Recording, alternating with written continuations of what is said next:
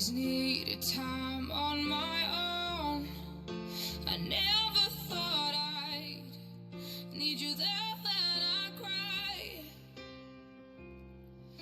And the days feel like years when I'm alone. And the bed where you lie is made up on your side. When you walk away, I count the steps that you take. Do you see how much I need you right now? When you're gone, the pieces of my heart are missing you. When you're gone, the face I came to know is missing too. When you're gone, the words I need to hear to always get me through the day and make it okay. I miss you. We were made for each other. Out here forever. I know we were.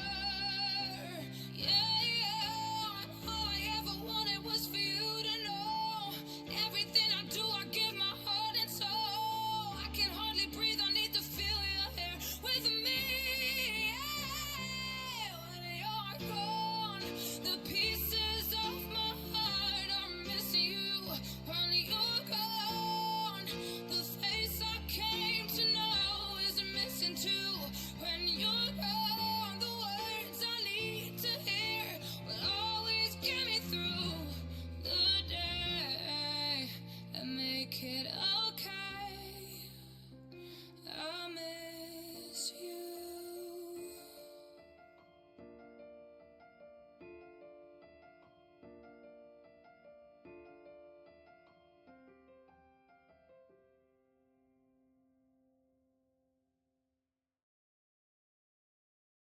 Les recordamos que si deseas certificarte y tener acceso a todos nuestros beneficios, como es nuestras clases grabadas, el documento de clase completo en formato PowerPoint, un material exclusivo para su día a día laboral, así como tu certificación oficial avalada por 150 horas, a través del Instituto Libertad y Equilibertad, el mismo que sirve para todos los procesos del Ministerio de Educación y a través del Encuentra Empleo, mejorar el perfil en el Educaempleo.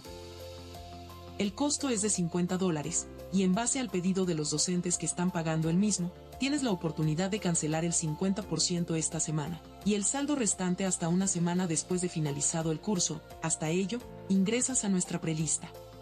Teniendo en cuenta que el valor del acceso a clases no es reembolsable. Te invitamos a certificarte, tienes la información en pantalla. Comunicado oficial de seguridad. Desde Mega Educación informamos a toda nuestra comunidad educativa, clientes y público en general sobre intentos de estafas y fraudes realizados a través de números telefónicos desconocidos y mensajes no oficiales, en los que terceros se hacen pasar por nuestra empresa para solicitar pagos, transferencias o información personal. Queremos dejar en claro que Mega Educación no solicita dinero, pagos urgentes ni datos sensibles a través de números no oficiales, mensajes informales, llamadas inesperadas o enlaces externos. Recomendaciones de seguridad. Los expertos en seguridad informática recomiendan lo siguiente. No responder llamadas, mensajes o correos de números desconocidos que se presenten en nombre de MEG. No realizar transferencias, pagos ni depósitos sin haber verificado previamente por los canales oficiales. No compartir datos personales, bancarios, contraseñas o códigos de verificación. Verificar siempre que la comunicación provenga de nuestros medios oficiales. Ante cualquier duda, contactarse directamente con Mega Educación por los canales habituales. Bloquear y reportar los números sospechosos. Importante. Si usted ha recibido un mensaje o llamado sospechoso, le solicitamos no interactuar y reportarlo inmediatamente a nuestra empresa para su análisis. La seguridad de nuestra comunidad es una prioridad. Agradecemos su atención y colaboración para prevenir este tipo de delitos. Atentamente. Departamento de Seguridad Informática. Mega Educación. Canales oficiales de contacto Mega Educación. Recordamos que toda comunicación oficial de Mega Educación se realiza únicamente a través de nuestros canales institucionales autorizados. No utilizamos números personales ajenos a los nuestros, cuentas no verificadas ni medios alternativos para solicitar pagos, datos personales o información confidencial. Tampoco usamos números extranjeros, por ningún motivo. Ante cualquier duda, le solicitamos verificar siempre la información por nuestros contactos oficiales y desestimar cualquier mensaje o llamado que no provenga de ellos.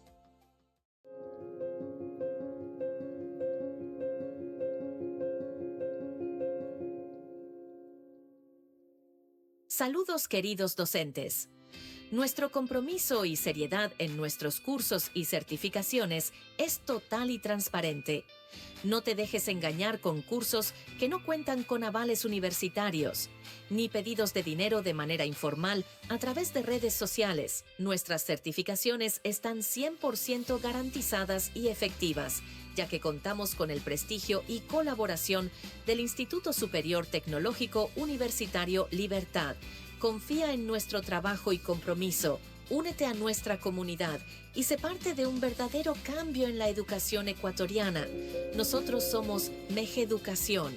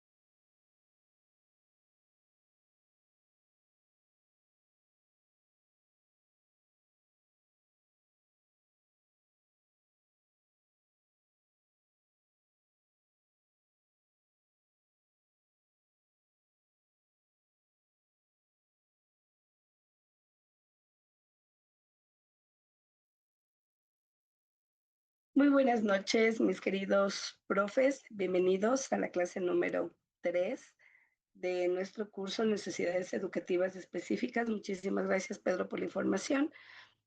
Muy importante tomar en cuenta todo lo que nos ha informado el día de hoy. Así que bueno, vamos a empezar con nuestra clase, sin antes no olvidarme y recordarles que nuestra certificación es por 150 horas. Tiene aval universitario a través del Instituto Libertad, que es nuestro aliado estratégico en todos estos procesos, ¿no? Nuestras certificaciones pues tienen el aval universitario, el aval de la CENESID y también, por supuesto, el aval del Ministerio de Educación, que nos permite poder brindarles un servicio de capacitación y sobre todo bajo los lineamientos legales.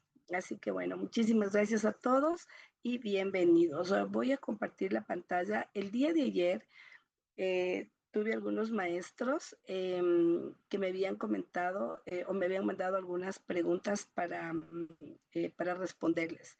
Pero bueno, me permiten, por favor, voy a grabar la reunión y pues bueno, agradecerles a todos la gentileza de estar aquí. Recording in progress. Muy amable, gracias, gracias, profes, por esperar un ratito, pero sí es importante grabar nuestra clasecita para todos los profesores, pues que se certifiquen y tengan acceso a las clases y en caso, pues, les queda alguna duda, siempre es importante volver a ver, ¿no? Por supuesto, las clases. Así que bueno, muchas gracias a todos. Ayer estábamos, les comentaba que había algunos maestros que me comentaban y me decían a través del chat de forma interna que si las necesidades educativas ahora son consideradas especialmente en el ahora con la nueva con la nueva parte legal del Ministerio de Educación, si realmente puede afectar o no en el proceso educativo de los niños, de los otros niños, si es que los incluimos directamente para trabajar con ellos. Entonces yo les comentaba y dije que iba a comentar hoy en la clase que eso no se va a dar, que eso no sucede. ¿Por qué razón? Porque las estrategias metodológicas activas que usted va a utilizar, la metodología activa, le va a permitir trabajar con todos sus estudiantes al mismo tiempo. Es decir, que usted va a aplicar la metodología en el proceso, ¿sí? A todos los niños. Entonces, como la metodología activa es tan abierta para trabajar con todos los niños, pues entonces se convierte en una excelente, pero ha sido una excelente herramienta para trabajar con todos los niños. Y también es cierto que los niños se vuelven mucho más empáticos. Entonces, esto es muy importante también tomar en cuenta. Permítame, por favor, voy a compartir la pantalla para empezar ya nuestra clase. Permítame un minutito, por favor. Me voy a poner acá como hablante para poder hacer ya la clase. Ok, bueno, es súper importante entender, ¿no? Que cuáles son las necesidades educativas. Aunque ustedes no lo crean, muchos docentes todavía no reconocen las necesidades educativas asociadas y no asociadas. Todavía permanece este proceso donde los docentes dicen, bueno, voy hablar de las necesidades educativas y todavía como que no las reconocen. Entonces, las necesidades educativas específicas, ahora llamadas específicas, pues es una nueva nomenclatura que se ha puesto, ¿no es cierto? En cuanto a las necesidades educativas, tenemos las transitorias, las permanentes y tenemos las asociadas a la discapacidad y las no asociadas a la discapacidad. Entonces, tomando en cuenta esta clasificación, nos vamos a poder dar cuenta que existen muchas otras necesidades educativas, pero realmente debemos nosotros saber dónde ubicar cada necesidad educativa que nosotros tenemos en nuestras aulas. Esto es muy importante, profes.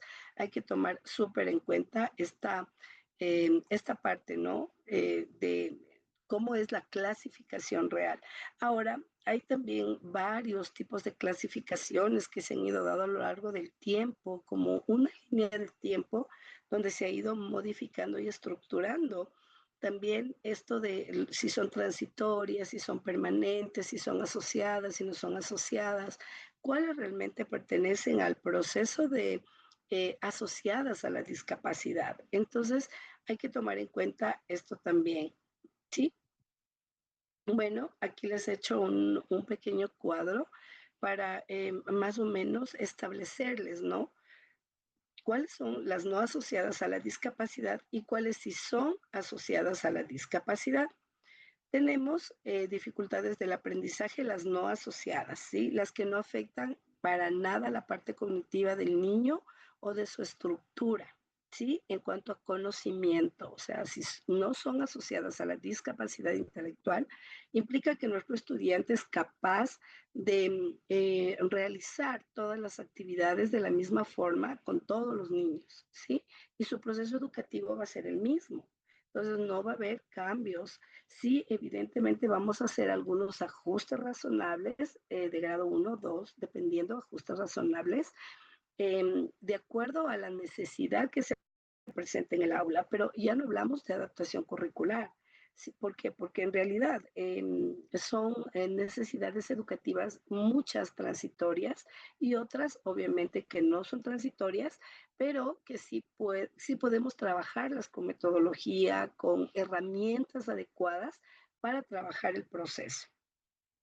Entonces aquí en las no asociadas tenemos las dificultades del aprendizaje, situación de vulnerabilidad, dotación superior. Aquí hay algo importantísimo, profes, que en las guías que nosotros tenemos del Ministerio de Educación nos dice que la dotación superior o los niños que tienen una inteligencia superior a los otros niños ya no pertenecen a las no asociadas a la discapacidad, sino que pertenecen ahora a las asociadas a la discapacidad y son manejadas con grado 3.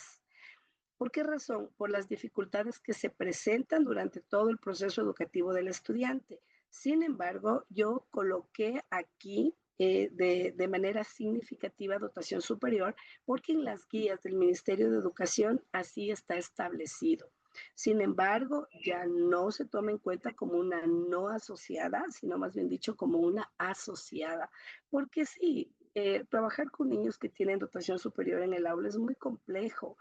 Estos niños presentan muchos inconvenientes, muchos problemas, presentan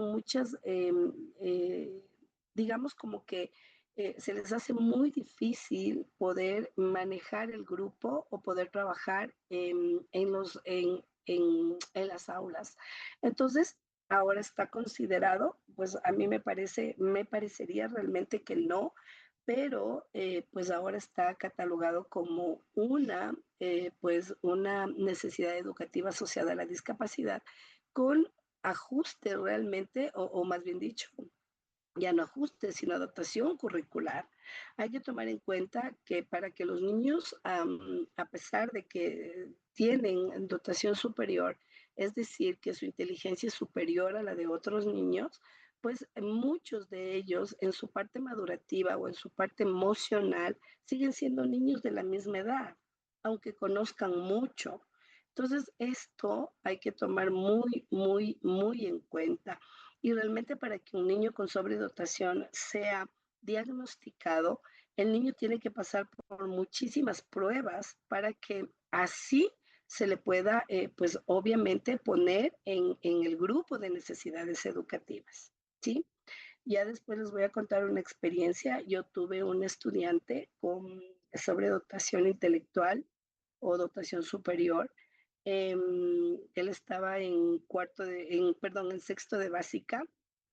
El niño sí sabía mucho, realmente conocía sobre todo en algunas áreas, no en todas las áreas, porque si bien es cierto, era muy bueno, por ejemplo, para el arte, para las ciencias naturales, para los estudios sociales, em, presentaba como que un poco más de conocimiento que los demás, pues también teníamos un gravísimo problema, y es que no le gustaba escribir y no le gustaba leer dentro del aula, no le gustaba trabajar, entonces no quería hacerlo, sino todo bajo su criterio, y pues por supuesto también tenía mucho que ver la mamá y el papá. Ellos pues le habían dicho que él tenía, y está bien, sobredotación superior, y que él podía hacer lo que él quisiera, ¿sí? Entonces, no había normas, no había reglas, no existía este proceso de organización y de orden, bastante desordenado. Entonces, hubo un momento determinado en la escuela donde yo trabajaba, que era una escuela particular, donde se empezó a cuestionar si realmente el niño tenía dotación superior. Se cuestionó mucho, los papás pues no traían los exámenes últimos que se les pedía o las evaluaciones psicopedagógicas, pero ellos estaban convencidos de que él tenía dotación superior. Sin embargo, sí les digo que había muchísimas cosas que, que lo sacaban realmente de ese proceso. Eh, en mi parte, yo era docente en ese momento, pero también soy psicóloga, y sí comprendía y sí veía, ¿no? Que había muchas áreas que no estaban bien desarrolladas, y especialmente en la parte social. Entonces, sí es cierto que muchos tienen cierta tendencia a algunas áreas, como matemáticas, como lengua, como estudios sociales, ciencias naturales, como que mucho más elevado, pero en él realmente no lo veíamos mucho. Pero igual nosotros, pues obviamente teníamos un informe anterior, y pues basábamos todo nuestro criterio en cuanto a adaptación, en cuanto a estrategias, a metodología, de una manera pues adaptada, ¿no? Para él. ¿Funcionaba? La verdad no funcionaba. No funcionaba porque un niño que quiere aprender y que tiene esa sed de querer saber un poco más, en el caso de los niños con dotación superior, pues es muy notorio, pero en el caso de él no era notorio. Eh, bueno, no sé cómo realmente pasó ya después al siguiente año. Entiendo que solo iba a cambiar a otra escuelita. Yo ya pues me salí de esa escuela, ya no trabajaba ahí, y pues no le di ese seguimiento, pero sí sé que tenía muchos problemas. Entonces hay que saber tener mucho criterio para poder hacer diagnósticos, ¿no? Además que el diagnóstico no lo puede hacer un docente. Evidentemente eso, profes, yo siempre en los cursos y en las capacitaciones que he podido brindar a lo largo de todos los años en los que he estado involucrada en este mundo, yo siempre les he dicho a los profes, nosotros como docentes no podemos diagnosticar.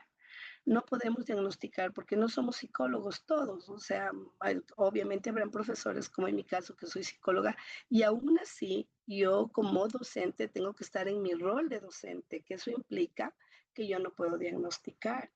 Lo que sí puedo hacer como docente es prediagnosticar. Eso significa que yo puedo hacer un informe explicando que mi estudiante tiene alguna dificultad, que mi estudiante presenta algunos problemas, o quizás le noto que tiene pues habilidades mucho más desarrolladas que los otros, y puedo hacer un prediagnóstico basándome en la observación, pero más no decir, por ejemplo, mi estudiante tiene sobredotación y ya yo lo he visto y eso es así. O mi estudiante tiene autismo, o mi estudiante tiene Asperger, o mi estudiante tiene TDAH. No, no podemos. Por favor, profes, esto sí, tengan mucho cuidado porque puede meterse en problemas muy graves y que no los va a poder resolver porque no es un psicólogo. Entonces hay que tomar muy en cuenta estos procesos. Hacer informes sí, porque eso garantiza de alguna manera pues la evidencia de que yo estoy trabajando con mi estudiante y que mi estudiante puede presentar algunas dificultades, algunas necesidades o de pronto puede tener otras habilidades. Eso sí puedo hacer. Y eso pues obviamente llevarlo al DC y pues a las autoridades competentes y decir, miren, este es el informe que yo he hecho de mi estudiante, me baso en esta observación y en lo que he ido viendo constantemente con mi estudiante. Entonces firmo como docente, como tutor, pero no hago el diagnóstico, ¿sí? No puedo diagnosticar y no puedo poner jamás un diagnóstico en un informe, mucho menos si somos docentes, porque ese es nuestro rol. Y el rol de nosotros como docentes es enseñar, ¿sí? Es el aprendizaje, es el conocimiento, es los conceptos, es todo lo que tiene que ver con el aprendizaje. Pero en la parte ya pedagógica o psicopedagógica, más bien dicho, en la parte de la psicología, ya nosotros no nos podemos meter, ¿no? Sino más bien dicho, mantener esa distancia, ¿ya? Pero sí les quería comentar que pues ahora está considerado como una necesidad educativa asociada a la discapacidad y tiene adaptación de grado 3. Entonces, yo personalmente creo que es una falla muy grande poner al estudiante en este lugar o en este espacio. Más bien, yo creería que es no asociada a la discapacidad, pero sí se debería trabajar con ajustes razonables súper fuertes con el estudiante para que no haya este inconveniente, ¿no? De las peleas, las discusiones. A veces los mismos estudiantes dicen, no, es que él cree que sabe todo. Entonces, la realidad es que como no hay una sensibilización adecuada dentro del aula, yo he notado esto, profes, igual a lo largo de mi experiencia, que como no hay sensibilización, una sensibilización adecuada, entonces ahí es donde vienen los problemas entre estudiantes y compañeros y hay esa fricción. Entonces sí hay que hacer la socialización, la sensibilización, no de manera profunda ni tampoco adentrándome en todo el proceso, pero sí, sí hablar sobre el tema con mis estudiantes y explicarles, ¿no? De qué se trata, cómo podemos ayudar, qué puedo hacer. Esa es una estrategia muy buena. Yo generalmente trabajo con estudiantes en dotación superior y los pongo al lado de los niños que tienen más dificultades, porque en realidad ahí hay un equilibrio y se apoyan mutuamente. Uno en la parte emocional, en la parte social, y el otro en la parte cognitiva. Entonces esto ayuda mucho porque cuando hacen trabajo en equipo hacen trabajos extraordinarios. Entonces, por eso es importante tomar en cuenta el tipo de estrategias que vamos a aplicar. Ahora en las asociadas en las necesidades educativas, asociadas a la discapacidad, vamos a encontrar la auditiva, visual, sordoceguera, la cognitiva o intelectual. Tenemos la física motriz, síndrome de Down, retos múltiples. Tenemos trastornos generalizados del desarrollo, que aquí vamos a encontrar, por supuesto, el autismo, el Asperger y algunos otros síndromes, ¿verdad? Entonces hay que saber en qué casillero estamos ubicados y dónde vamos a aterrizar cuando nosotros hablamos de necesidades educativas. ¿Dónde vamos a aterrizar? ¿Y cuánto conocemos sobre las necesidades educativas? La mayoría de nosotros, los que estamos aquí en el curso, la mayoría somos maestros de educación de la parte fiscal. Entonces, en la parte fiscal vamos a encontrar muchísimo de necesidades educativas, pero especialmente vamos a encontrar mucho sobre situación de vulnerabilidad. Vamos a encontrar niños maltratados físicamente, niños que viven la violencia intrafamiliar, estudiantes que no acuden a clases, estudiantes embarazadas, vamos a encontrar violencia, bullying. Entonces, este grupo es un grupo súper grande en las instituciones educativas, pero no significa que no requieran el mismo trabajo y el mismo esfuerzo al manejar las estrategias y la metodología. El que no tengan discapacidad intelectual no significa que su problema es menor. Su problema es tan grande como el otro y hay que trabajar en esos procesos. Como les decía ayer, vivimos la violencia y está súper normalizado. Está muy normalizada la violencia y estos casos de violencia, pues obviamente son considerados necesidades educativas, ¿no? Recientemente estuve viendo una noticia, bueno, lo vemos casi todos los días, esto de las noticias de la violencia en las aulas, pero recientemente de un chico al que lo golpearon muchísimo un grupo de compañeros y fue tan grave la situación que el chico está hospitalizado, ¿no? Prácticamente a punto de ingresar a un psiquiátrico porque está extremadamente afectado emocionalmente. Entonces, él está dentro de esta área de las necesidades educativas no asociadas. Y miren qué grave es, pero realmente no necesita tener una discapacidad intelectual para poder trabajar esa área o para poder trabajar a ese estudiante. Entonces, esto hay que tomar muy en cuenta también, mis profes, ¿ya? Igual si ustedes quieren hacer alguna pregunta, pues ahí estamos. Ahora, pues obviamente vamos a encontrar necesidades educativas específicas relacionadas con otras, ¿no? Con otras dificultades específicas o derivadas del contexto socio-cultural. Entonces ahí nosotros vamos a encontrar, pues obviamente, las asociadas a la discapacidad, que las conocemos, ¿no? La física, visual, auditiva, intelectual, múltiple, pero también, pues por supuesto, tenemos dislexia, discalculia, disortografía, que lo vamos a encontrar muchísimo en las aulas. ¿Por qué? Ahora mucho más que antes, porque muchos de nuestros niños pasaron por el proceso de la pandemia. No es que le vamos a echar la culpa de toda la pandemia, pero en la pandemia sí hubo un rezago, pero gigantesco de conocimientos. ¿Por qué? Porque no estábamos preparados los docentes para manejar a nuestros grupos a través del Internet. Y muchos de nuestros niños que tenían necesidades o tienen necesidades educativas fueron desatendidos en absoluto. No se trabajaba con ellos. Entonces, muchas de sus dificultades, muchas de sus necesidades crecieron más. Entonces, no hubo ese stop que generalmente lo vivimos en las aulas. Y para que volvamos a recuperar todo ese proceso, debe pasar muchísimo tiempo. Porque ahora ya no solo tenemos estudiantes con necesidades educativas o dificultades del aprendizaje, sino que tenemos niños violentos, tenemos niños que están extremadamente pegados a la tecnología y al celular. Y no es que esté mal, profes, porque también debemos dejar de satanizar esto de la tecnología. ¿Por qué? Porque realmente somos nosotros los adultos los que ponemos los límites. Y si nosotros no hemos puesto límites, entonces ahí es donde vamos a tener problemas.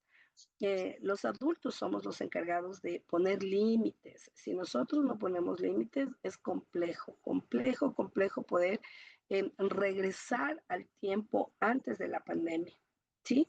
Los niños pues aprendieron de la tecnología muchísimo. Yo recuerdo que tenía estudiantes de segundo de básica en el tiempo de la pandemia que ellos me enseñaban un montón de cosas, profes, y la verdad no me avergüenzo porque yo no conocía muchas cosas que ellos conocían y es que ellos estaban en la tecnología antes que nosotros.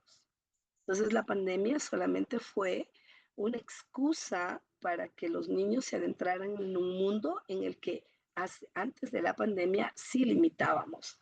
Ahora no hay esa limitación. Entonces en todo tiempo estamos viendo a los estudiantes con un celular, todo el tiempo estamos viendo a los chicos en las mesas, en el tiempo de la alimentación, con el celular, en el baño, en el celular, en todo espacio. Entonces no hay limitaciones y esto es lo que realmente genera algunos inconvenientes en casa, en las escuelas y en la sociedad. Entonces, esto sí es un asunto que hay que tomar muy en cuenta, ¿ya? Bueno, y también tenemos las necesidades educativas pues derivadas del contexto sociocultural. Aquí vamos a ver las barreras idiomáticas y culturales, los niños que vienen de otros países, que están pues, que son parte de una migración alocada y bastante desorganizada.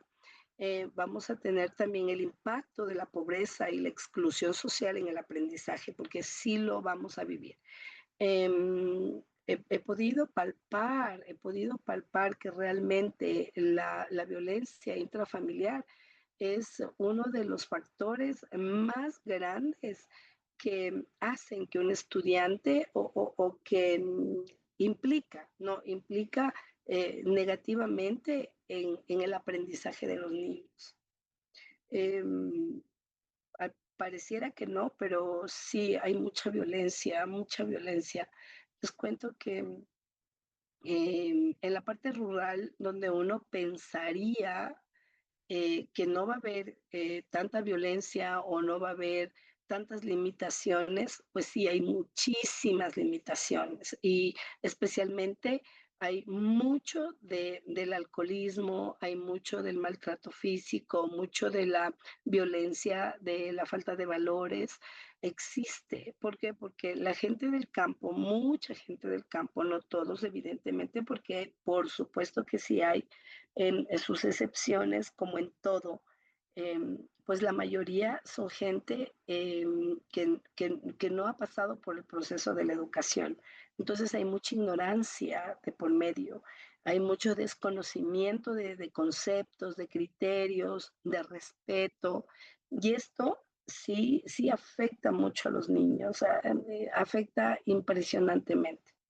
Entonces, este es un factor que hay que tomar en cuenta y que lo debemos trabajar como parte de las necesidades educativas. Yo siempre digo, profe, te pones en los zapatos del niño. O sea, nos debemos poner en los zapatos de los niños, en sus piececitos chiquititos, para poder entender muchas de las cosas que no entendemos como docentes, porque nosotros hemos tenido la posibilidad de educarnos, de estudiar, de seguir una carrera, de ser profesionales y de ver el mundo de una forma distinta. Pero los padres de nuestros niños, muchos no han tenido pues esa bendición, ese espacio, ¿no?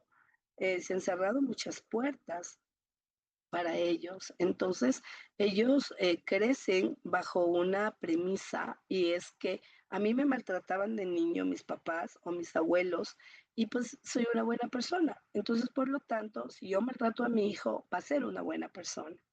Entonces, ese es el pensamiento, esa es la ideología que maneja la mayoría de padres de familia del área fiscal. No todos, bueno, también lo vamos a ver en el área particular, no es que solamente en la fiscal, pero sí lo vemos con mucha más regularidad en la parte fiscal, mucha más regularidad. Entonces, esto también es considerado, pues por supuesto, una necesidad educativa. Y ni se diga de la parte de barreras idiomáticas y culturales, especialmente con la migración. Ay, es increíble. Yo he conversado y seguramente ustedes como docentes también tendrán muchos niños que vinieron de otros países, especialmente los niños que vienen de Venezuela, especialmente, pero no hablo solamente de este grupo en sí, ¿no? Sino que lo hemos notado con mucha más fuerza y como con más consecutivamente esto de que a los niños no los llevan a la escuela, los niños son súper descuidados, eh, no tienen ese ánimo de que sus hijos se preparen, sino más bien dicho es como que, bueno, estamos obligados a llevarlo a la escuela y ya ni modo, cuando podemos. Entonces, esto genera muchos inconvenientes porque vivimos un problema crítico en las aulas y en las instituciones educativas, y es que mucha gente de otros países que vienen especialmente en esta parte de los venezolanos, les cuento como de manera particular y de manera de experiencia personal, es que ellos creen siempre que nosotros los discriminamos en todo sentido. Entonces, A mí me ha pasado y me pasó, o más bien dicho, me pasa ahora con un estudiante pequeñito que la mamá dice, ¿no? O sea, es que ustedes lo discriminan, es que ustedes le obligan mucho a estudiar, es que ustedes le exigen demasiado, y es que él no debe aprender, es que él es así, es que ustedes lo maltratan porque ustedes le tratan a él de manera diferente. Pero no es eso, sino que nosotros tendemos mucho a la exigencia en las aulas porque queremos que los niños avancen. Entonces, no es una exigencia tóxica o dañina, pero sí es una exigencia que ellos no están acostumbrados a vivir. Entonces, se generan muchos problemas y ellos son parte de las necesidades educativas y es con lo que debemos lidiar como docentes, ¿sí? Entonces, es un desafío gigantesco el que nos toca enfrentar, pero lo tenemos que afrontar, no nos queda otra alternativa. Y bueno, como que aterrizando ya en las estrategias pedagógicas, porque ayer pues tuvimos una profe que nos decía, nos gustaría que nos enseñen un poquito más de estrategias y de cómo aplicar esto de las estrategias, ¿no? Pero antes de pasar a este tema, quisiera saber si es que tienen alguna pregunta, alguna duda o si desean contarnos contarnos de alguna manera una experiencia, si es que han vivido esto de las experiencias de las necesidades educativas. Y me gustaría mucho que abran sus camaritas también, porque veo solo letras. Y sí me gustaría verles un ratito como para que conversemos, ¿no? Sobre cómo afrontamos y cómo estamos afrontando este proceso en las aulas. Hola Alejita, ¿cómo está? Buenas noches, ahí le vi un ratito. A Evelincita también, buenas noches. Bienvenida Evelincita. Porque sí, sí es bien importante, ¿no? Que nosotros también compartamos experiencias para que muchos sepan cómo vivimos nuestra experiencia en las aulas. Una cosa es ser docente en aula y otra cosa es decirlo, ¿no? Esa es la realidad, porque lo que vivimos en las aulas es increíble. O sea, a veces yo cuento, ¿no? Lo que me pasa a mí en la aula, en las aulas, en mis aulas con mis niños y a veces me dicen, Dios mío, ¿todo eso vives? Sí, la verdad, sí. Entonces sí es importante que hablemos y que conversemos, ¿no? También un poquito sobre nuestras experiencias en el aula, si es que ustedes desean, por supuesto. Y si no, pues no hay ningún problema. Pero sí es importante conocer un poquito más también de estos procesos y entender que todo es cuestión de trabajar, ¿no? De aplicar buenas estrategias. Verán, yo les comento que cuando yo inicié mi vida profesional como maestra, obviamente pues uno sale de la universidad a trabajar, ¿no es cierto? Uno sale así y uno dice, Dios mío, ojalá pueda encontrar un trabajo y pueda ir a trabajar en algún lugar. Y pues sí, yo fui a trabajar en una escuela especializada, pero era particular. Entonces, cuando yo llegué a esa escuela, me pusieron con un grado y en ese grado yo tenía 8 niños con TDAH, 8. Y tenía 2 con discapacidad intelectual leve, tenía uno tenía Asperger y el otro niño pues tenía síndrome de Down. Y me dijeron, no, bueno, aquí está tu grado, a trabajar. Ay, el primer día fue tan terrible para mí porque yo el primer día lloré hasta decir basta. Y llegué a mi casa y recuerdo que mi mamá me dijo, bueno, ¿para qué te metiste a ser docente? Ten paciencia. Decía, no, no puedo, si soy, qué bestia, es increíble. Y ella me decía, bueno, si tú quieres realmente ser docente, pues agárrate durísimo de ti misma y empieza a trabajar. Y así fue como empecé a trabajar. De esto ya les hablo hace muchísimos años, pero ahí entendí también que los niños con TDAH son niños que realmente necesitan de mucha comprensión y de mucho entendimiento. Porque es lo que les dije ayer, son autos de carrera sin poder parar y no saben cómo. Entonces nosotros les etiquetamos. Yo voy a hacer un ejercicio con ustedes la próxima semana, ya les voy a escribir al chat para que hagamos un ejercicio, porque quiero un poquito como que sensibilizar también a ustedes como docentes y me van a traer un frasco vacío de lo que ustedes tengan con etiqueta. no sin etiqueta, sino con etiqueta, pero vacío o lleno, como usted quiera, si lo tiene, pero lo vamos a utilizar para un trabajo que lo vamos a hacer el día lunes, donde usted va a entender por qué razón deberíamos nosotros los docentes dejar de etiquetar a nuestros estudiantes, porque las etiquetas son tan dañinas, porque no etiquetamos de una manera positiva. Nosotros etiquetamos generalmente el niño vago, el niño irresponsable, el niño desorganizado, el niño, yo el otro día escuchaba una profesora que me decía, es un susito. Entonces yo le decía, no, es un niño que realmente no puede manejar el orden.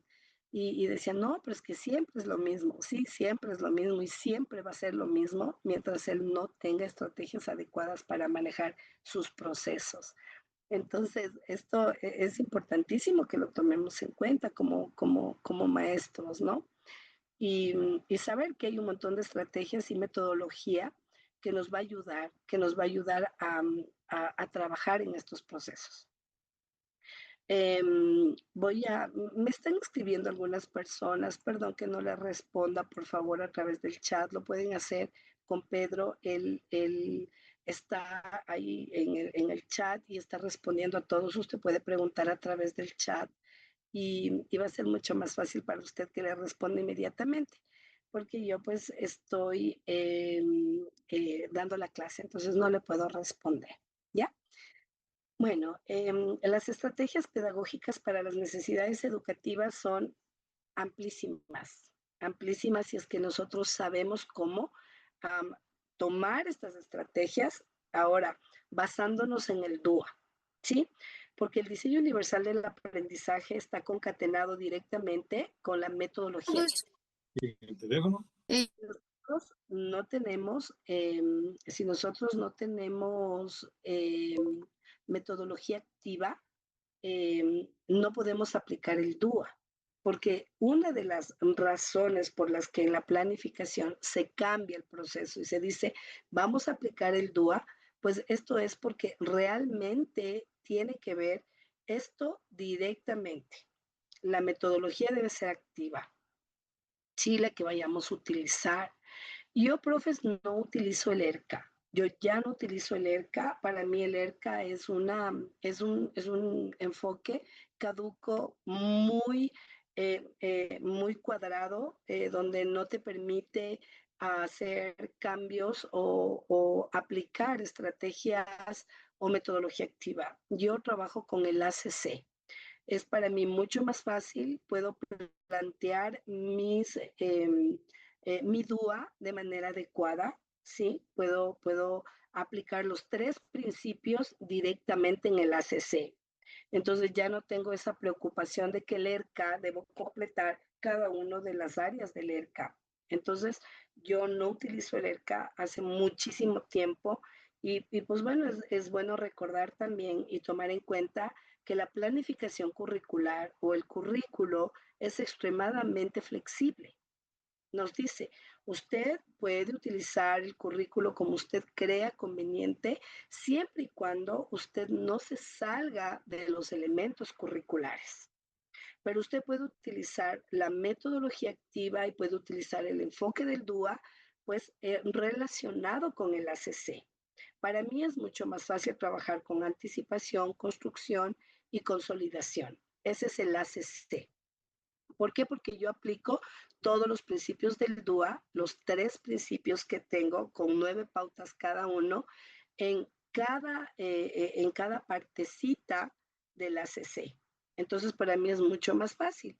Y pues obviamente no tenemos ningún inconveniente si cambiamos del ERCA al ACC o si trabajamos con el ERCA también, que sí se puede aplicar. Sin embargo, el ERCA es un enfoque demasiado cuadrado para mi parecer. Entonces yo no lo utilizo, pero sí, obviamente muchos lo siguen aplicando, tal vez porque es muy tradicional.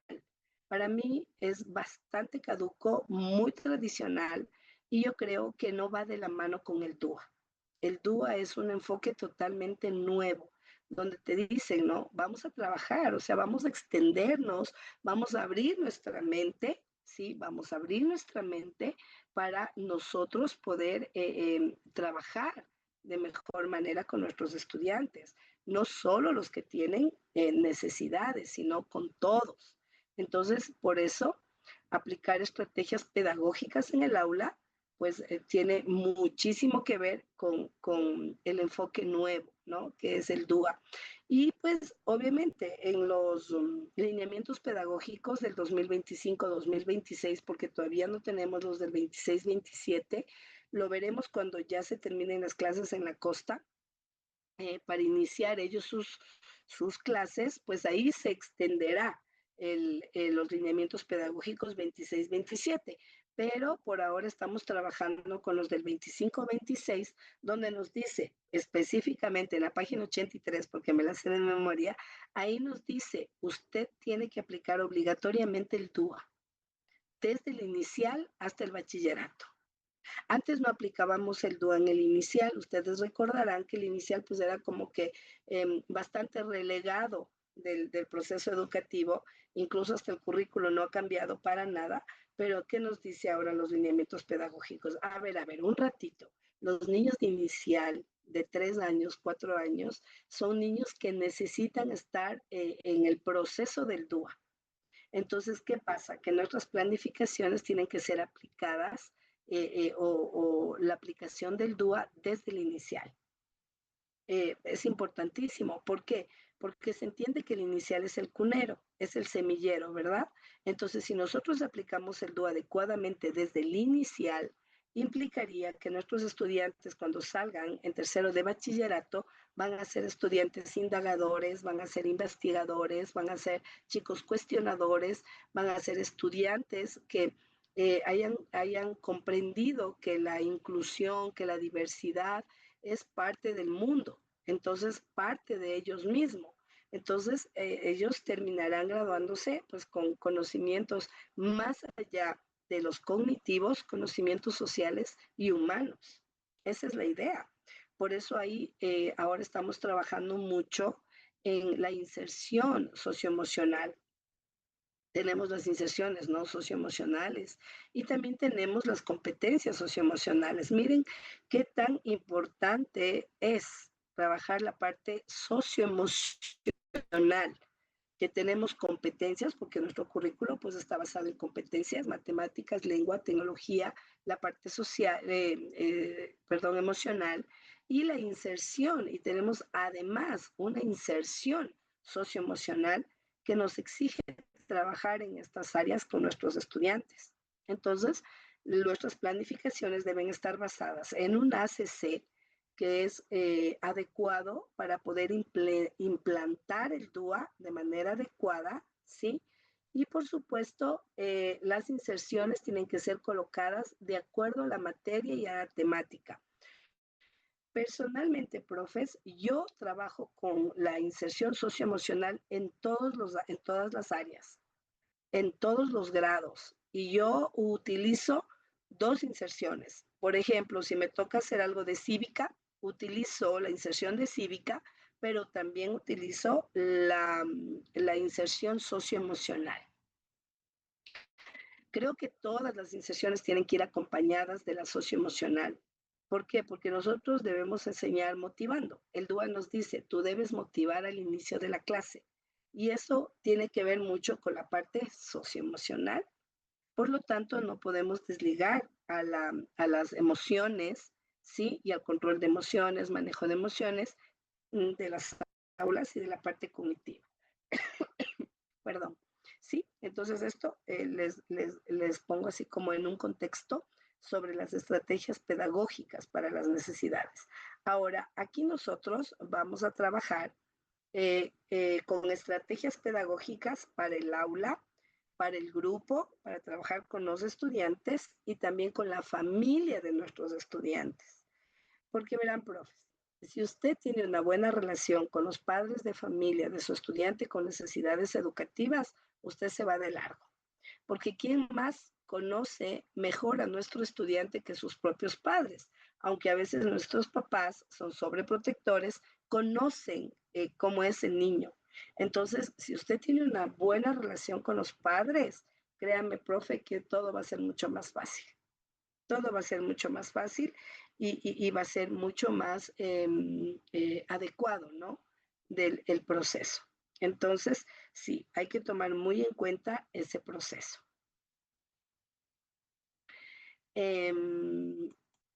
Ok, aquí pues tengo un cuadrito muy facilito de entender y de comprender. Igual ustedes van a tener el acceso, ¿no? A todos los documentos. Si es... ¿Sí, Pedro?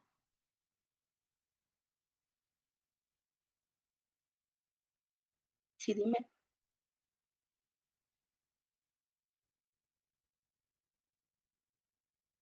Allá. No, no te preocupes, Pedro. A ver, el ACC es un enfoque, y ya me voy a centrar un poquito aquí. El ACC es tal cual el ERCA, ¿no? O sea, es el enfoque que se utiliza en la parte de la metodología de nuestra planificación. Ustedes han visto que nuestras planificaciones tienen elementos curriculares, es decir, empezamos por la destreza, empezamos por el indicador, tenemos la método, perdón, a ver, es destreza, es el indicador, tenemos la metodología, tenemos los recursos y tenemos la evaluación. Esos son los elementos del currículo que nosotros no los podemos cambiar. Estos nos deben salirse del marco curricular. Entonces, nosotros esos los debemos trabajar siempre en nuestras planificaciones. Ahora, que yo en mi institución educativa decida colocar una columna más como para poner, yo qué sé, citas bibliográficas de donde yo he sacado la información para todas las actividades, o quiero una columna donde yo quiero poner no solamente la técnica de evaluación, sino también quiero poner de pronto las actividades de evaluación. Yo lo puedo hacer. ¿Por qué? Porque el currículo es flexible. Lo que no puedo hacer es disminuir columnas, pero sí puedo aumentar una columna. Si es que quiero en mi institución educativa y si es que mi institución lo requiere. Y esto, por supuesto, en consenso con todos los docentes, porque también no se puede cambiar una planificación solo porque yo quiero como vicerrector, porque soy la persona que maneja la parte académica. No, esto tiene que ser un consenso, pero esos elementos, los que los acabo de nombrar ahorita, son elementales, esos son obligatorios, no se pueden cambiar. Ahora, en la parte de la metodología, en la metodología donde nosotros poníamos antes el ERCA, ahí debe ir el ACC. El ACC es anticipación, es construcción y es consolidación. ¿Sí? Son tres elementos importantísimos en la metodología. Esto lo ponemos en la metodología, en el cuadrito donde nos dice metodología activa o metodología del DUA. Ahí vamos a colocar nosotros esto del ACC. Es súper que más fácil. ¿Por qué razón? Porque como yo tengo tres principios en el DUA, cada principio equivale a una parte del ACC. Por ejemplo, el primer principio que iría con la método, con la parte de la anticipación. ¿Qué voy a poner en la anticipación? En la anticipación voy a colocar la dinámica que voy a hacer, voy a colocar el juego que yo voy a hacer con mis estudiantes, voy a averiguar cuántos saben mis estudiantes del tema que voy a trabajar de manera muy superficial, muy superficial. O sea, yo voy a hablar de las ballenas y les voy a preguntar, ¿qué conocen de las ballenas? Pero antes de hablar de las ballenas, vamos a hacer un juego. ¿Por qué? Porque si usted no motiva al estudiante, se rompe el primer principio. Entonces tiene que haber de ley motivación, tiene que haber de ley una dinámica para empezar la clase. Y ustedes dirán, ay, es que ¿cuánto tiempo se va en eso? Los 5 minutos que usted necesita, pues los tiene que aplicar, porque así nos dice también los momentos de la clase. Recuerde que nuestras clases tienen 4 momentos, no los podemos olvidar. La iniciación, el desarrollo, ¿no es cierto? Tenemos la construcción y tenemos la evaluación o cierre. Entonces, en la primera parte es donde usted gana todo el proceso de atención de sus estudiantes. Entonces ahí hace usted una dinámica, hace un baile, hace lo que usted quiere, una pausa activa, y ahí van a participar todos sus estudiantes. Entonces ahí yo ya estoy trabajando el DUA en mi aula, porque todos van a bailar, todos van a cantar, todos se van a mover. Cualquiera de los niños que yo tenga con necesidades educativas obligatoriamente va a tener que ser parte del proceso porque todos vamos a bailar, todos vamos a ser parte de la motivación. Entonces ahí estoy cumpliendo mi primer principio. Después viene el de la construcción. ¿Cómo yo voy a enseñar? ¿Qué es lo que yo voy a enseñar? ¿Qué es lo que yo conozco del tema y les voy a mostrar a mis estudiantes? ¿Qué recursos voy a aplicar? Si yo tengo un niño con TDAH, ¿qué debo hacer? Debo tener, pues por supuesto, pictogramas, debo tener legos, debo tener material didáctico concreto. Si tengo un estudiante con autismo, tengo que averiguar cuáles son sus intereses, porque como ayer vimos en el video, los niños con autismo generalmente centran su mirada, son extremadamente rutinarios. Entonces, ¿qué le gusta a ese niño? ¿Qué es lo que quiere ese niño? ¿Cómo se maneja en el aula ese niño? Entonces, ok, a ese niño le gustan los zapatos azules. Ustedes vieron una parte del video donde todos los niños se sacaban los zapatos y al finalizar dejaban a un ladito los zapatos. ¿Por qué? Porque eso es incluir, eso es parte del desarrollo y de la construcción de lo que yo voy a enseñar. Entonces yo aplico lo que sé. Pues digo, ok, muy bien, voy a trabajar con mis estudiantes enseñándoles sobre las ballenas. Pues bueno, voy a construir una ballena con ellos. ¿Qué es construir una ballena con ellos? Perfecto, voy a dibujar en papelógrafos gigantescos una ballena, pero tan grande, aunque utilice 20 papelógrafos, pues la ballena tiene que ser así de grande. Entonces yo voy a explicar a cada uno de ellos, tú haces esta parte, tú esta parte, tú esta parte, vamos a conocer cómo viven las ballenas, qué hacen las ballenas, cuál es el medio natural, cuál es el medio social, cuánto mide. ¿Por qué? Porque cuando yo enseño una materia, una clase de cualquier área en la que yo esté, tiene que ser multidisciplinario, porque eso nos dice el DUA. ¿Qué enseñas tú con las ballenas? Ok, enseño la parte social, enseño la parte natural, enseño matemáticas, porque cuánto mide la ballena. Perfecto, voy a hacer un poco de ECA, vamos a hacer un dibujo gigantesco de una ballena. Voy a trabajar el área de educación física, pues cuánto voy a correr de la punta de la cabeza de la ballena hasta la cola. Entonces ahí estamos nosotros trabajando de manera multidisciplinaria y estamos trabajando con todos.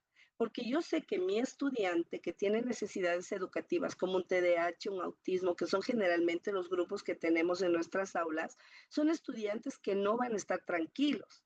Entonces yo necesito que mis estudiantes estén súper activos, pintando, dibujando, rayando, cortando, trozando, lo que sea que tengan que hacer. Entonces, esto ya les hace parte del proceso educativo. Por eso yo personalmente trabajo con proyectos. Yo sí les dije, yo trabajo todo el año lectivo con proyectos. ¿Por qué? Porque el proyecto me permite tener evaluación montón, el trabajo colaborativo, yo qué sé, todo lo que nosotros tenemos que calificar en nuestras rúbricas. Entonces, ahí estoy haciendo la construcción eh, todo lo que tiene que ver con la construcción, ¿no? Del conocimiento. Y después de esto, después de haber construido el conocimiento, voy a evaluar y voy a cerrar en la consolidación.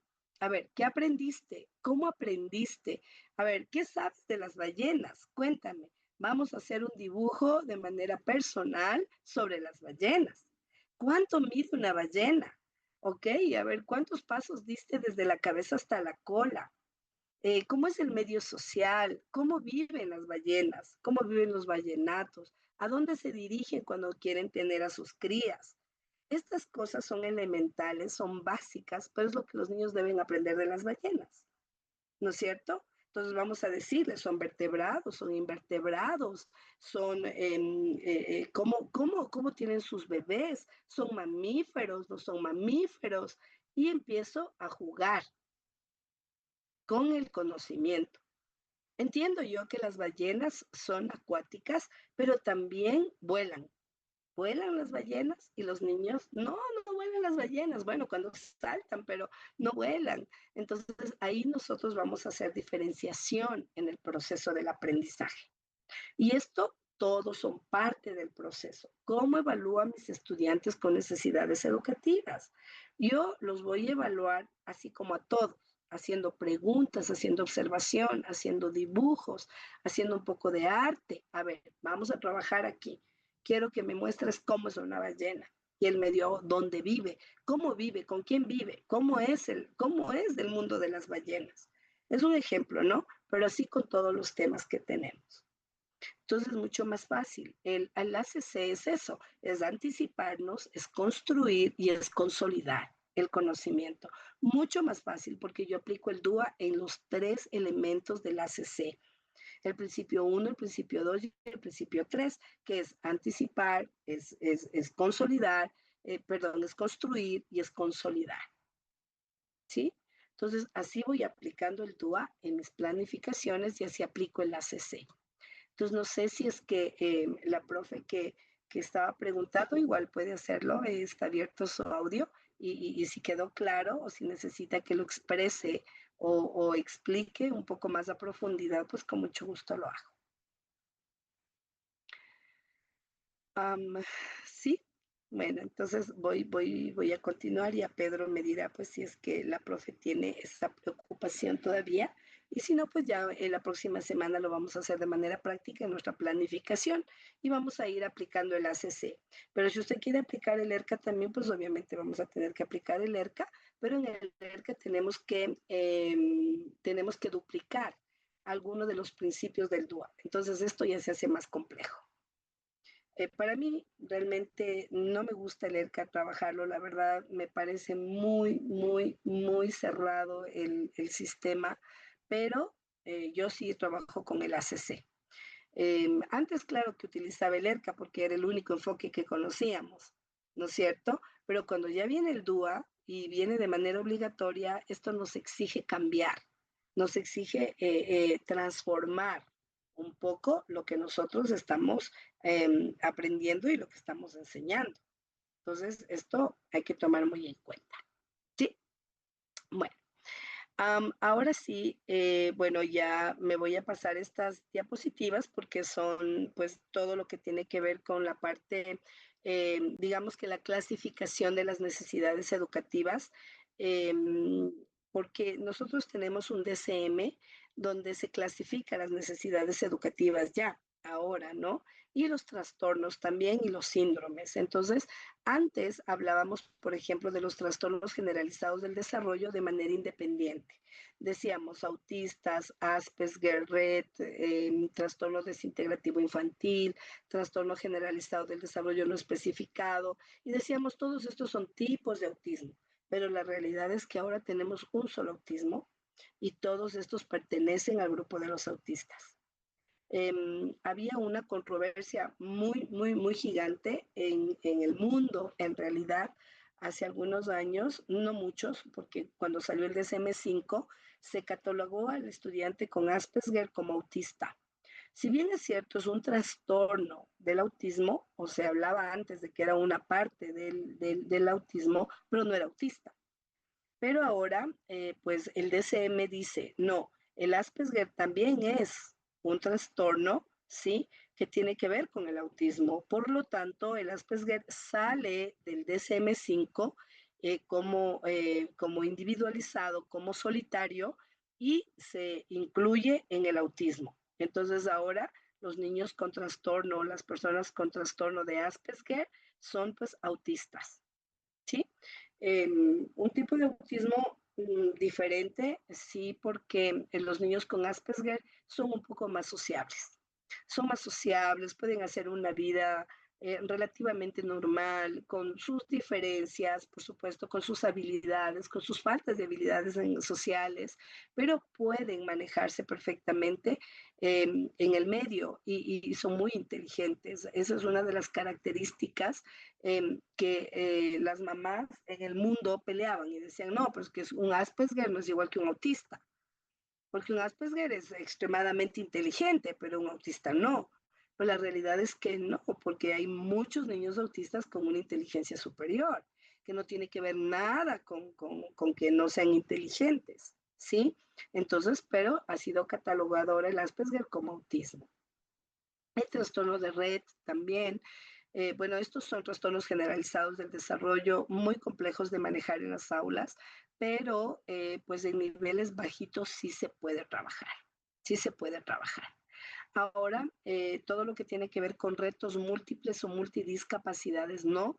Estos son los niños que no pueden entrar a las escuelas, no pueden aprender o no pueden ser incluidos en las instituciones educativas porque son niños con multidiscapacidades, muy complejo de manejarlos en el aula y muy, muy difícil. Entonces, ellos están pues dentro de la educación especializada. Asimismo, vamos a tener niños con síndrome de Down que tienen una discapacidad intelectual muy leve y ellos sí pueden trabajar en las aulas, pueden aprender todo como todos los otros niños y a pesar de de sus limitaciones físicas como mentales, como en la parte cognitiva, pueden desarrollarse. Pero también tenemos niños con síndrome de Down con discapacidad intelectual profunda. Entonces, ellos están pues en las escuelas especializadas. ¿Sí? Tenemos que tomar esto muy en cuenta también, niños con autismo que no se relacionan, que tienen muchos problemas. Eh, yo trabajé, bueno, estudié en Perú una área de habilidades diferentes, allá porque aquí en el país no había en ese tiempo para trabajar en la parte deportiva y en la modificación de conducta. Entonces yo fui allá a Perú y trabajé con una organización que trabaja solo con síndrome de Down y también con autismo, pero más con autismo. Entonces ahí yo entendí muchas cosas sobre el autismo, entre estos la alimentación, todo lo que tiene que ver con las alergias, todo lo que tiene que ver con la parte social y también pues entendí que los niños con autismo tienen algo que los diferencia de otros y es que no sienten el dolor en su mayoría. Entonces por eso muerden o patean o golpean o se muerden. ¿Por qué? Porque ellos al morderse no sienten dolor. Entonces al morder a otro creen que tampoco le va a doler. ¿Sí? ¿Por qué? Porque su parte hormonal, su parte química del cerebro, pues es como un niño que le hubieran puesto morfina, por ejemplo. No siente dolor. Entonces, en la mayoría de los casos, ¿no? En la mayoría de los casos. Otros, evidentemente que sí, como es la regla, ¿no? Hay sus niños que pues no sienten y otros que sí sienten también dolor, pero esta es una característica muy específica y la alimentación es importantísima. Cuando nosotros tenemos estudiantes en el aula con TDAH, es importante hablar con los papás, que los niños no pueden llegar tomando chocolate, caramelo, dulce, gaseosas. ¿Por qué? Porque vamos a tener una bomba de tiempo en el aula. Entonces, cuando a mí me dicen, profe, mi guagua tiene TDAH, ya está diagnosticado, ¿qué debo hacer? ¿Cómo puedo hacer? Lo primerito que les digo es no avena, no dulces, no gaseosas, no colorantes. ¿Sí? Ni después, porque generalmente en las aulas tenemos los cumpleaños, ¿no es cierto? Entonces, ¿qué hago yo? Siempre, pero siempre yo hago los cumpleaños después de las 11 de la mañana, cuando ya casi se va a acabar la jornada. ¿Por qué? Porque va a llenarse de dulces, va a comer cosas con mucho azúcar y esto genera mucho, mucho, pero mucha energía. Entonces hay que manejar también la alimentación. No somos docentes, pero sí podemos pues sugerir a los papás, ¿no? Papitos, por favor, no avena, papitos, por favor, no muchos lácteos, evitar las colas, las sodas, los chupetes o caramelos que no vengan comiendo porque pues no pueden estar tranquilos, su cerebro se altera totalmente, completamente, pero tampoco podemos satanizar, como digo yo, todo este proceso y pues sí, hay cumpleaños y los niños tienen que ser parte del cumpleaños, pero que sea después de las 11 de la mañana o después de las 12 del día, porque así ya hemos trabajado, hemos aprovechado la mañana de trabajo y no vamos a tener una bomba de tiempo en el aula. Entonces, sí hay que tomar en cuenta mucho la alimentación, mucho la alimentación en ellos, ¿no? Específicamente, en los niños con trastornos generalizados del desarrollo, los niños con síndrome de Down y los niños pues que tienen TDAH. TDAH, la hiperactividad va asociada al azúcar, es como ponerle gasolina, pero extra, a un auto que está repleto de gasolina. Entonces sí, hay que tener mucho cuidado con eso. ¿Ya? Bueno, aquí pues vemos esta parte, ¿no? Ahora, las estrategias pedagógicas no son más que herramientas esenciales para enseñar, ¿sí? La idea es propiciar una participación súper buena de necesidades, de alternativas y facilitamos, ¿no? El optimizar el trabajo como docentes. O sea, debemos optimizar. Eso es importante saber, ¿no? Eh, sí, Pedro. Sí, dime. Sí.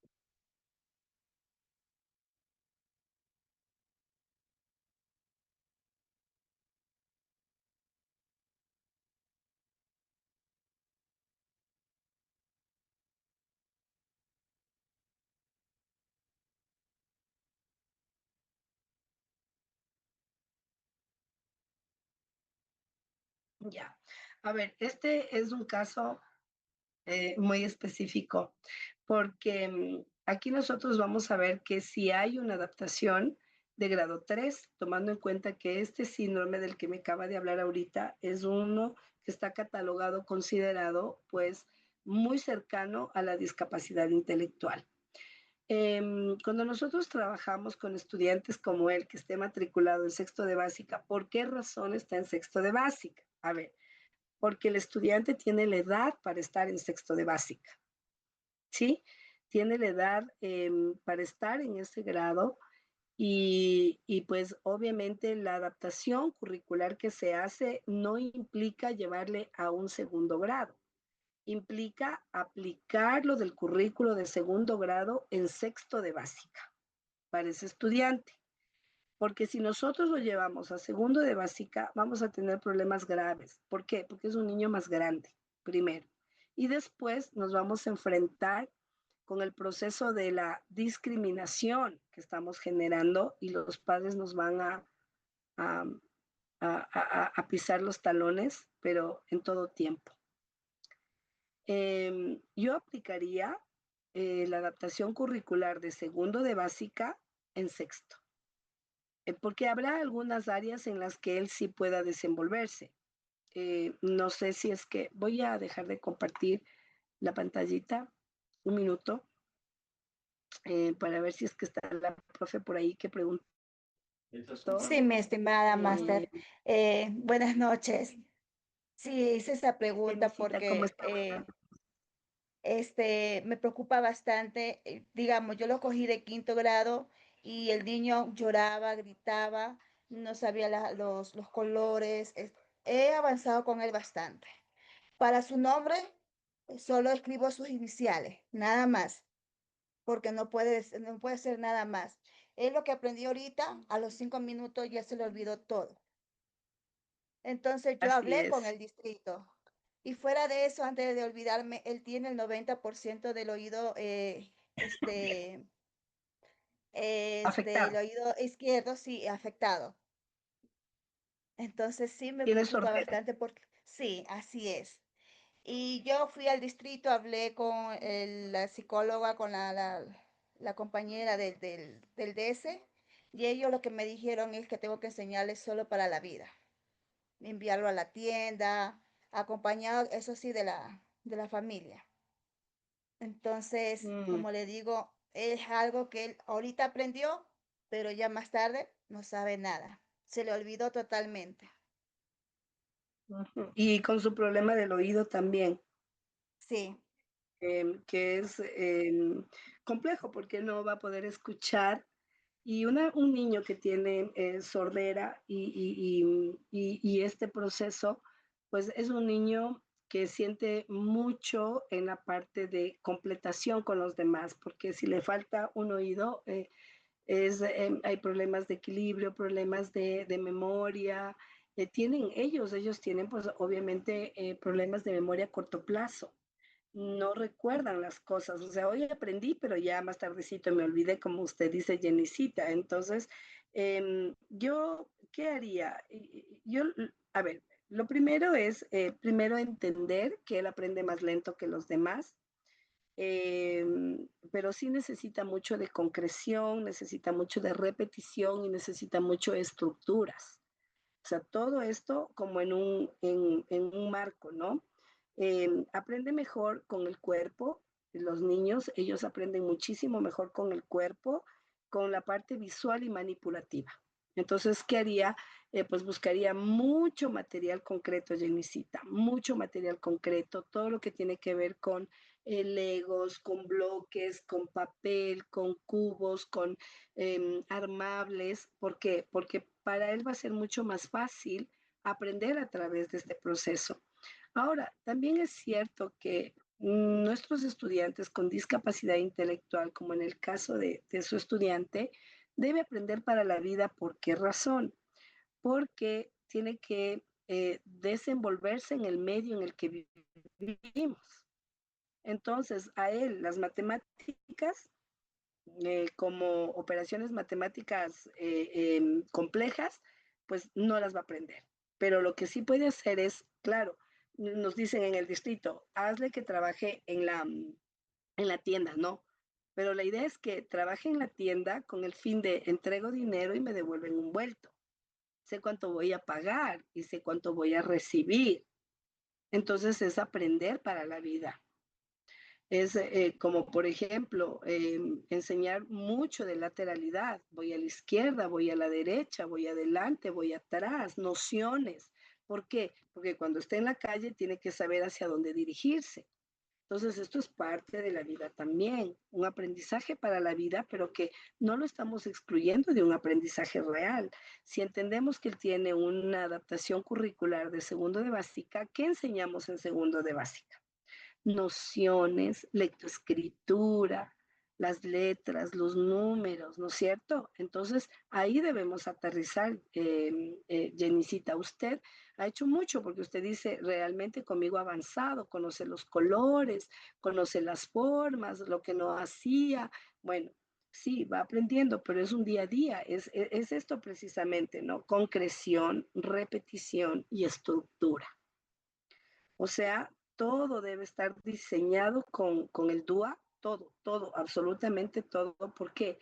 Porque vamos a encontrar múltiples formas de presentar la información, lo que queremos que la aprenda, múltiples formas de expresar, ¿no es cierto?, lo aprendido y múltiples formas de motivar para sostener la atención. Yo utilizaría mucho la comunicación y el lenguaje como una estrategia pedagógica específica, ¿sí? Prioritario, porque hay sordera de por medio. Entonces, aprender lengua de señas es importante, ¿sí? Tal vez él ahora, pues el 90% no escucha, pero de su otro oído un poquito va a escuchar, pero después va a ir perdiendo también. Entonces necesito aprender un poco de lengua de señas para ayudarle, porque si no, ¿cómo me voy a comunicar? Ahora necesitamos apoyo permanente como pictogramas, imágenes reales, gestos naturales. Esto importantísimo. Debemos tener pictogramas para todo. Para enseñarle incluso de la vida, necesitamos pictogramas. ¿Cómo creamos? Hay un montón de páginas donde usted pone pictogramas para niños con autismo generalmente o con TDAH y usted encuentra una maravilla de material en el Internet de forma gratuita que los puede utilizar. Yo hago los llaveros, hago llaveros, hago pictogramas, por ejemplo, de los números. Entonces le pido al papá que por favor me ayude con uno de esos llaveritos redondos que se ponen y voy metiendo los pictogramas ahí. Entonces digo, estos son los números, estas son las letras, estas son las acciones. Mira, esto es ir al baño, esto es regresar del baño, esto es ir al patio, esto es pedir permiso para salir con imágenes, porque las imágenes no se va a olvidar, se plasman directamente en el cerebro.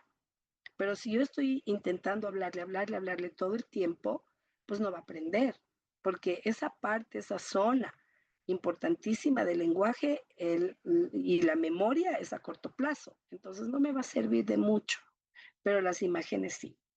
Ahora debemos tener muchas rutinas visuales, horarios con imágenes, evitar las explicaciones largas, ¿sí? Las instrucciones tienen que ser cortas, una a la vez y siempre acompañado de imágenes o demostraciones. Yo voy a salir al baño. Mira, yo voy a salir del aula al baño. Allá está el baño. Entonces va a entender sobre la acción lo que él tiene que hacer. Que si yo le digo, mira, tienes que escribir aquí, para ir al baño voy a pedir permiso y tengo que levantar la mano, el dedo para ir al baño, no le va a entender. No le va a entender. ¿Por qué? Porque su memoria primero es a corto plazo y después, pues para él es muy difícil concentrarse en el concepto. Entonces tengo que valerme de otros medios para enseñar. Y pues por supuesto también nunca debemos asumir, pero jamás que él no entiende, no entiende. O sea, no, él no entiende, no, porque sí entiende, pero a su forma, a su manera, es su estilo de aprender. Entonces no es que no entiende, sí entiende, pero en su forma. Ahora, eh, yo trabajaría también con aprendizaje funcional, no abstracto, sino con colores, clasificación de objetos reales por colores, números, contar materiales, pasos, personas. A ver, vamos a contar tus pasitos. ¿Cuántos pasitos das desde aquí hasta acá? Ya estoy En enseñando a mi... esa parte sí la he utilizado. También he utilizado tapitas de colores para hacer así como ejemplo la suma, la resta. Tengo 5 y si le quito 2, ¿cuánto le voy quitando? Así es, sucesivamente, ¿no? En esa parte sí me ayudaba bastante. Y también a veces le pongo música, aunque al escuchar música, digamos, ¿cómo le digo? Este se pone él enojado, que no le gusta casi por la bulla, entonces no le pongo mucho la música, pero ejemplo, con los fonemas, música de fonema, eso sí le encanta a él. Entonces estamos con mamá mi momu y así estamos, mamá mi momu y él va cantando. Hay un, hay una página en YouTube del mono, no sé si han escuchado el monosílabo, el Sí, mono. precisamente y a él le encanta esa, el mono. Les encanta porque primero la canción es extremadamente pegajosa para el cerebro infantil, ¿sí? Entonces, como está realmente investigado este proceso del monosílabo, es que el niño aprende a través de la repetición y les encanta y aprenden porque tienen canciones súper bonitas, y yo siempre les pongo esas canciones ahora a mis niños de segundo de básica y les gusta un montón y aprenden bastante, porque es la repetición constante. Pero también es importante trabajar con texturas, Jenicita, texturas, encajes. Por ejemplo, ¿no? Gracias, Alejita, perdón que corte así por la gentileza de la página de los pictogramas. Ahora, por ejemplo, yo trabajo mucho, si es que él lo permite, por supuesto, porque tiene que haber ese permiso del niño, ¿no? Para trabajar. Yo suelo pintarles los piecitos con témperas.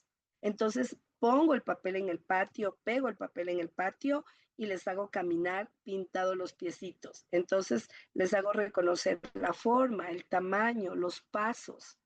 ¿Cuántos pasos dieron? Y ahí estoy trabajando con el DUA porque todos los niños van a trabajar en esa actividad. Entonces no estoy excluyendo, pero sé que tengo que darle énfasis al aprendizaje de mi niño que tiene una necesidad educativa tan profunda como el caso de él, ¿no? Y anticiparnos siempre a los cambios a través de imágenes, ¿no? Yo utilizo mucho las imágenes reales, no utilizo imágenes ilustradas, ilustraciones no. Yo, por ejemplo, si quiero que vaya al baño, voy a ver un niño en un baño real. Si quiero que el niño abra la puerta, tiene que ser un niño abriendo una puerta real, porque el niño suele confundir mucho la parte de la ilustración, porque no es real. Entonces yo sí utilizo mucho las imágenes reales, es importante. Y stickers, aplausos visuales, gestos, todo esto motiva y ayuda mucho. Ahora, obviamente, ¿no? Que es complejo porque ya estamos hablando de un nivel de discapacidad intelectual profundo, porque de sexto a segundo es bastante, pero eh, puedo seguir construyendo un poco de conocimiento a través del material que pueda construir para él. Entonces, yo sí hablaría de material concreto, ¿no? Mucho de material concreto. Y yo no evaluaría jamás ni con exámenes escritos, ni jamás me atrevería a comparar a un niño. A pesar de que yo sé, Jenicita, que usted no lo ha hecho ni lo va a hacer, pero yo los exámenes escritos no los aplico en niños. No, no lo puedo No, aplicar directamente a él. no. Él es, A sí, no través de lo puedo aplicar. ejemplos, de imágenes, de preguntas, solo así, porque si no lo estreso demasiado. Y eso genera mucho de movimiento químico en el cerebro y se altera más. Entonces, no utilizaría exámenes. La realidad es que yo no utilizaría exámenes nunca, en ningún caso, ni en los niños regulares ni en los niños no regulares, porque la verdad es que los exámenes escritos no son una realidad del conocimiento del niño. Yo he tenido estudiantes que han venido de su casa golpeados por sus papás una mañana, vienen a dar el examen y sacan cero. Les pregunto de manera oral y les digo, a ver, ok, mi amor, vamos a hacer una recuperación de este examen. ¿Qué pasó? Entonces, no sé, profe, yo sí sabía. Ok, vamos a hacerlo. Yo voy a preguntar y tú vas a responder. Y sí, les ha ido súper bien. ¿Por qué? Porque a veces nuestros niños tienen muchas dificultades también que para nosotros pueden ser sencillas, pero para ellos los problemas son enormes. Entonces hay que ser empático también. Así que eso es bien importante. Más bien yo evaluaría de manera a ver, con la observación, por desempeño, por progreso individual, porque está totalmente diferente de los demás, y haría mis propias evidencias. ¿Cómo haría mis evidencias? Con fotos, videos, registro anecdótico, de cómo lo vi hace un año a cómo lo veo hoy, cómo ha avanzado, ¿no? Entonces, esto es importante y hay que hacer adaptación curricular de grado 3, indispensable, como objetos priorizados, menos contenido, más profundidad en lo que voy a enseñar, éxito asegurado, no frustración. O sea, hoy lo conseguiste, hoy contaste hasta el 5, perfecto, está bien, hoy lo hiciste bien. Mañana ya se olvidó, no importa, mañana vamos a volver a repetir. Pero ya no repito del 1 al 5, repito del 6 al 10. Y digo, vamos con el 6, 7, 8, 9, 10 y regresemos. 5, 4, 3, 2, 1. De forma ascendente, de arriba hacia abajo. Porque esto va a hacer que recuerde. Entonces ya no me voy a complicar diciendo es que ya no aprendió del 1 al 5. No, pues ahora no aprendió del 1 al 5, pero voy a trabajar del 6. ¿Sí? Entonces Ok, vamos a muchas avanzar. gracias. Bueno, quiero agradecerles muchísimo, mis queridos profes. Eh, ya vamos a culminar porque son las 8:37 y pues yo tengo otro proceso también para ir avanzando con otros estudiantes, pero nos vemos de aquí el día lunes con más información. No se preocupen si usted se certifica. Todo esto que le he dicho está en las diapositivas y vamos a hacer casos reales. Yo quería hoy avanzar un poquito con los casos reales, pero pues ya dadas las circunstancias ya no pude avanzar hoy, pero no importa, lo vamos a hacer el día lunes, martes, miércoles y ahí voy a centrarme en cada año escolar. O sea, en inicial 1, inicial 2, en primero, segundo, tercero, cuarto, quinto, sexto, séptimo, octavo, noveno, décimo, primero, segundo y tercero de bachillerato. Voy a hacer un caso por cada grado y vamos a ir haciendo la planificación, entonces ahí va a ser mucho más fácil pues que nos podamos manejar en el proceso. Y pues bueno, agradecerles mis profes, muchísimas gracias, gracias Alejita por ese aporte tan grande. Igual, Jenicita, muchísimas gracias, espero haber podido de alguna manera suplir esas dudas que usted tiene con respecto a su guagua y sigamos trabajando, o sea, el trabajo es constante día a día, no nos frustremos, Jenicita, porque a veces yo sé que No. es muchísimo, pero en el día a día. Ya no enseñe del 1 al 5, enseñe del 6 al 10. Ya no No, he enseñe, avanzado con él hasta el 20, he avanzado bastante con no, él. Y así imagínate, bajamos. Aunque al principio le digo, a ver, ¿cuánto hay aquí? Y se frustra, él dice, no me acuerdo, no, profe, ya no me no, acuerdo. Entonces ahí claro, comenzamos a contar de nuevo. sí, siempre, es que eso es una repetición constante, pero no, no nos frustremos. Y cuando él se frustre, usted diga, no importa, no importa, yo sé que tú sabes del 1 al 20, pero solo que quería escucharte porque tienes una voz hermosa y me gusta escuchar cuando tú dices los números. Entonces esto hace que él se motive y se frustre menos. Entonces, el decirle que él sí sabe ayuda mucho, ¿ya? Y bueno, muchísimas Gracias. gracias, mis profes. Les agradezco muchísimo por la gentileza de esta noche y nos estaremos viendo el próximo lunes. Que tengan un hermoso seguir de semana, jueves, viernes, un buen fin de semana.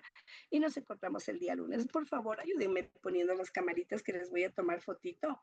Espero que la próxima semana les pueda ver un poquito más, eh, porque sí necesitamos para el instituto, ¿ya? Como una evidencia de que aquí están las profes en sus clases. Así que ahí les tomo. Muchas gracias. Listo. Muchas gracias con todos. Y que tengan una muy buena noche, bendecida sobre todo. Por favor, no se olviden, ¿no? Siempre estamos nosotros como Mega Educación, somos una empresa única ecuatoriana, no tenemos contactos con ninguna empresa extranjera. Por favor, tomen en cuenta esto. Es más, creo que estos están siempre como que metiéndose a los grupos, pero bueno, nosotros nos manejamos con mucha honestidad, con mucha honradez, no pedimos dinero a nadie, lo quería recalcar un poquito, pero bueno, ya Pedro pues les dio toda la información con respecto a ello y nos estaremos viendo el día lunes. Muchas gracias a todos, les abrazamos y pues que tengan una muy buena noche. Aquí veo algunas profes que siguieron el curso de lenguas, ya se han olvidado, ya no se despiden con aplausos, ya se han olvidado el gracias, por favor, no se olviden, practiquen, practiquen, no se olviden, por favor. Siempre, siempre todo lo que aprenden, practique constantemente. Mi Irmita querida, qué lindo verle, Irmita. Muchas gracias, qué bonito verle. Irmita es una de nuestras seguidoras de ACEF. De muchísimos años atrás me venía siguiendo a mí y poco a poco, pues ahí está siempre muy fiel. Muchas gracias a todos. Que tengan una linda noche. Les abrazamos así de verdad y les agradecemos. Cualquier pregunta, pues ya saben por el chat, el grupo, ahí estamos siempre al pendiente. Que tengan todos una buena noche. Hasta mañana, hasta el día lunes. Que les vaya muy bien.